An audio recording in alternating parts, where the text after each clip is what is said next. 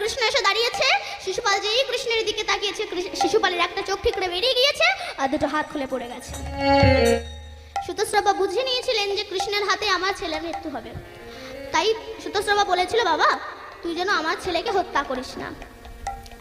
তখন কৃষ্ণ বলেছিল, পিসিমা পাপের একটা লিমিট আছে, আমি তোমার ছেলের 100 অপরাধ ক্ষমা করে দেব, কিন্তু 101 অপরাধ যেই হবে তখন আমি ওকে হত্যা করব।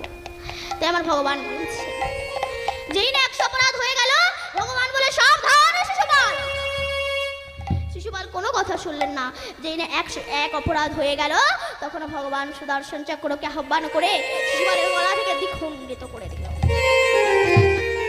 এখন সবাই ব্যস্ত, শিশুপাল মারা গেছে, কিন্তু আবার সুদর্শন চক্রকে ধরার সময় ভগবানের আঙুলটা কেটে গিয়েছিল। কেউ দেখতে পায়নি, দেখতে পেয়েছিল একমাত্র দ্রৌপদী। দ্রৌপদী ছুটে এসে নিজের শাড়ির আঁচলটা কেটে কৃষ্ণের আঙুলে জড়িয়ে দিয়েছিল। সেদিনে কৃষ্ণ বলেছিল, দ্রৌপদী তোমার যদি কোনোদিনও বস্ত্রের প্রয়োজন হয়, কথা দিচ্ছি আমি তোমাকে বস্ত্র দান করব।